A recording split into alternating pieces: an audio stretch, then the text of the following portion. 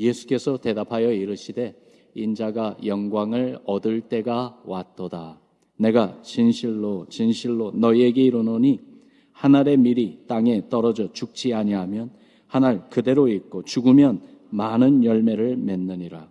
자기의 생명을 사랑하는 자는 잃어버릴 것이요 이 세상에서 자기의 생명을 미워하는 자는 영생하도록 보전하리라. 사람이 나를 섬기려면 나를 따르라. 나 있는 곳에 나를 섬기는 자도 거기에 있으리니 사람이 나를 섬기면 내 아버지께서 그를 귀히 여기시리라. 아멘. 예수님의 십자가 고난을 좀 더 깊이 묵상하는 이번 한 주, 요한복음 12장부터 19장까지의 말씀을요 우리가 함께 보면서 구원의 주 예수라는 그 주제로 이 새벽마다 주님의 말씀을 함께 나눌 것입니다. 여러분 한번 따라합시다. 구원의 주 예수. 한 번 더요. 구원의 주 예수. 정말 우리가 예수님의 이름을 부를 때마다 그 예수, 그 이름의 뜻을 우리가 알지요. 자기 백성을 구원할 자라고 그러셨어요. 그래서 예수, 그 이름 안에는 구원자라는 그 의미, 나를 구원하시는 나의 주님이라는 그 의미가 담겨져 있죠. 이번 한 주 동안에 우리 예수님의 이름을 더 많이 부르고 그러면서 주님이 나의 구세주이심을 고백하고 선포하는 그러한 저희들 되기를 바랍니다. 특별히 오늘은요 하늘의 밀이 땅에 떨어져 죽음으로 많은 열매를 맺는다고 하신 이 주님의 말씀을 보겠습니다.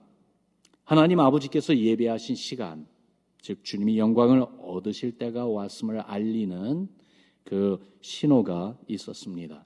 오늘 예수님께서 이 말씀, 우리가 너무나도 잘 아는 그 한 알의 밀이 땅에 떨어져 죽지 아니하면 한 알 그대로 있지만 죽으면 많은 열매를 맺는다. 왜 그 말씀을 하셨는가? 무엇이 예수님으로 그 말씀을 하게끔 만들었는가? 그 배경을 보면은 바로 아버지의 때가 왔다 하는 그 신호가 나타난 겁니다. 이방인들이 주님을 찾아오는 사건이 있었습니다. 예수님께서 탄생하셨을 때도 여러분 생각해 보면은 이방인이 등장하죠. 유대인으로 태어나신, 유대 땅에 태어나신 예수님. 그런데 거기에 이방인들이 찾아왔어요. 동방에서 온 박사들 말입니다. 또한 이 세상에서의 시간이 다 끝나갈 무렵에 이방인들이 다시 주님을 찾아온 것입니다. 그리고 예수님은 그 이방인들이 주님을 찾는다는 소식을 들으셨을 때에 아버지 때가 이제 왔다.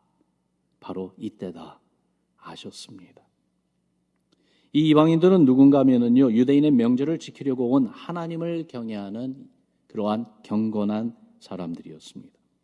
그들이 예수님의 소문을 듣고 주님을 만나고 싶어 했어요. 그래서 빌립에게 주님 만날 수 있도록 주선해 달라 부탁을 했고, 빌립은 안드레에게 그 사실을 알렸고, 그래서 이 두 제자가 예수님에게 와서 예수님을 만나고 싶어하는 이방인들이 있습니다. 그 소식을 가져온 것이죠.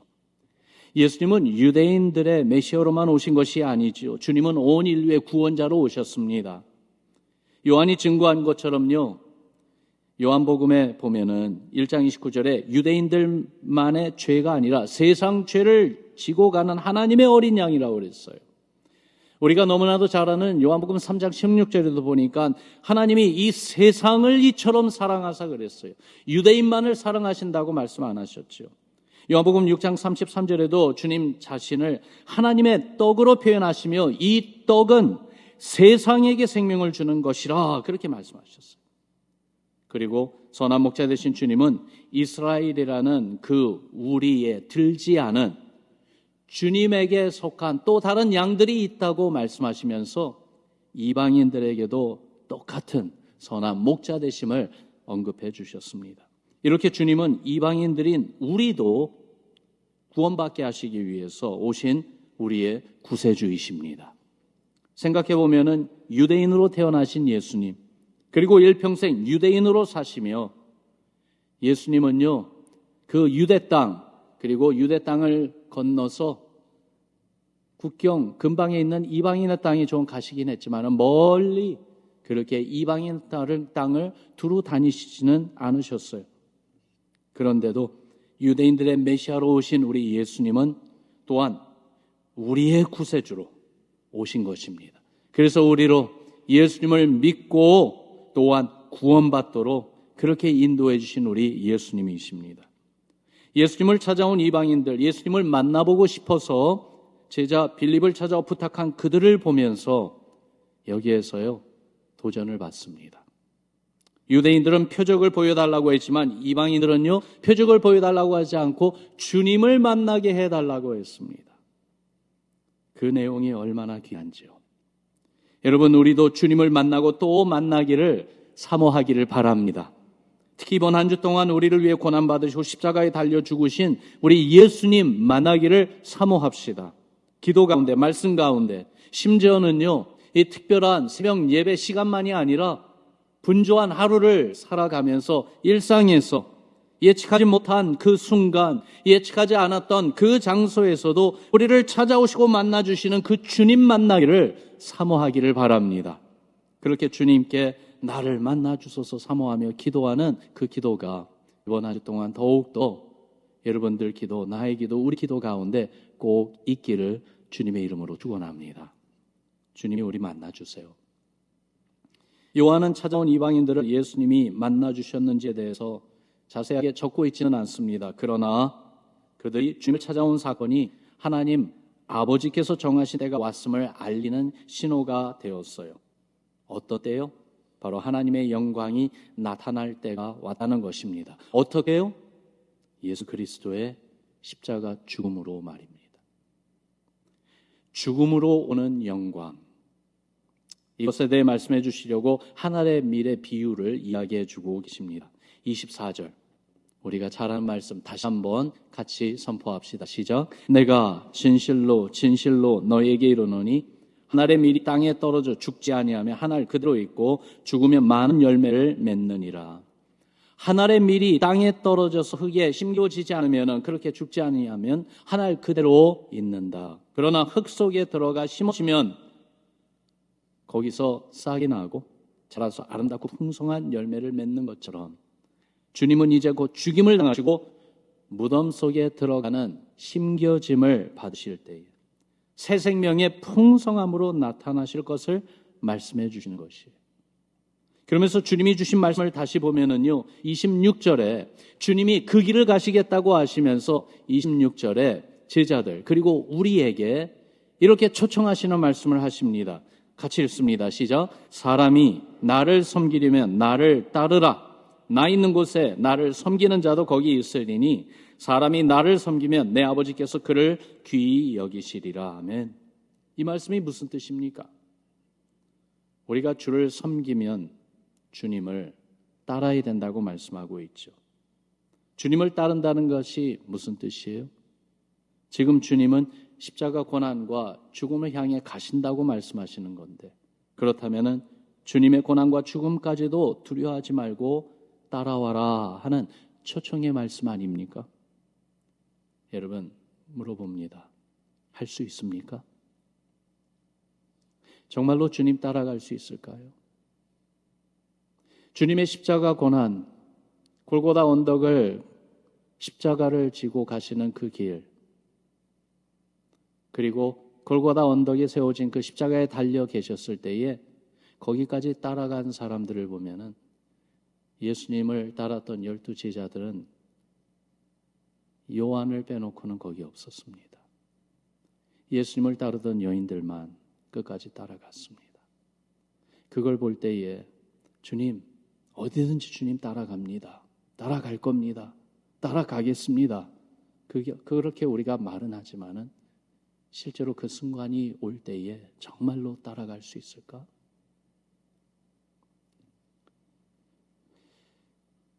하늘의 밀이 땅에 떨어져 흙에 묻히듯 그렇게 낮아지고 자기 죽음의 자리까지 예수님 따라서 거기까지 갈 수 있을까요? 그런 생각을 해봅니다. 내 힘으로는 불가능하다. 주님, 저는 못할 것 같아요. 내 용기로는 안 될 것 같아요. 그런데 이미 십자가의 길을 가신 주님을 바라보면, 아니 주님만을 바라보고 다른 아무것도 바라보지 않는다면은 오직 주님만을 바라보는 그 믿음이 있다면은 할 수 있을 것 같습니다. 왜냐하면은 죽음의 자리까지도 주님 저는 따라갑니다. 다른 이 모든 제자들은 다 못해도 저는 끝까지 따라갑니다. 그렇게 자신만만하게 얘기했던 베드로. 그러나 그 순간이 왔었을 때는 예수님 배반하고 배신했죠. 그런데도 그 베드로가 불가능한 일을 한 적이 있죠. 풍랑이 있는 바다, 그 바다 위를 걸어서 주님께로 갔습니다. 그 비결은 다른 데 있지 않았어요. 오직 예수님만 바라보고 있었을 때. 주님도 아버지 뜻만을 바라보며 나아가셨기 때문에 십자가의 고난을 감당하셨습니다. 아버지의 뜻이라는 사실을 분명히 아셨기 때문에 이 아버지 뜻에 순종하며 나아가심으로 십자가의 고난과 죽음도 감당하셨습니다. 그렇게 하나님의 영광을 드러내셨습니다. 그렇다면은 우리도 역시 주님의 뜻만을 바라보며 나아가면 됩니다. 사람이 나를 섬기려면 나를 따르라. 나 있는 곳에 나를 섬기는 자도 거기 있으리니 사람이 나를 섬기면 내 아버지께서 저를 귀히 여기시리라. 여러분, 우리가 주님의 고난을 바라보는 것보다 오히려 우리를 위해 고난도 마다하지 않고 감당하신 주님을 바라봅시다. 다시 말씀드립니다. 주의 고난을 바라보는 것보다 고난을 감당하신 주님을, 오직 주님만을 바라보는 우리의 신앙, 우리 믿음 되기를 주의 이름으로 축원합니다. 이 고난 주간에 우리의 믿음이, 우리의 마음이 오직 예수 그리스도만을 바라보는 것이에요. 그래서 어디든지 주님이 나를 이끄시는 대로 주님만 바라보며 주님을 따라가는 거예요. 고난과 어두움의 골짜기, 아니 골고다 언덕이라 할지라도 주님만 바라보면은 따라갈 수 있습니다. 그러다 보면은 하늘의 밀이 땅에 떨어져 주고 많은 열매를 맺는 것처럼 여러분이나 저의 삶도 주님이 맺혀주시는 아름답고 풍성한 열매를 맺는 삶으로 변화되게 될 줄로 믿습니다. 우리가 주님을 바라보며 또한 다른 것도 바라보는 게 문제인 것 같아요. 주님만 바라보면 됩니다. 그래서 사도 바울의 고백이 생각이 납니다. 내가 그리스도와 함께 십자가에 못 박혔나니 그런즉 이제는 내가 사는 것이 아니 오직 내 안에 그리스도께서 사시는 것이라. 이제 내가 육체 가운데 사는 것은 나를 사랑하사 나를 위하여 자기 자신을 버리신 하나님 아들을 믿는 그 믿음 안에서 사는 것이라. 얼마나 바울의 그 신앙, 삶의 초점이 오직 예수님에게만 맞춰져 있는지 그것을 우리가 느낄 수 있지 않습니까? 여러분을 구원으로 인도하신 주님의 은혜에 감사하며 우리를 위해 하늘의 밀과 같이 되신 주님을 따라 우리도 하늘의 밀과 같은 삶을 삽시다. 우리의 옛사람이 죽고 우리의 교만이 죽고 우리의 이기적인 마음이 죽고 우리의 죄성이 죽기를 바랍니다. 오직 예수님만을 바라보는 그 믿음과 그 섬김으로 아름답고 풍성한 열매를 맺어 하나님의 영광을 드러내는 우리가 되기를 소원합시다. 이렇게 주님을 따르며 주님의 본을 받아 땅에 떨어져 죽음으로 많은 열매를 맺는 하늘의 밀이 되기를 소원합시다. 결심합시다.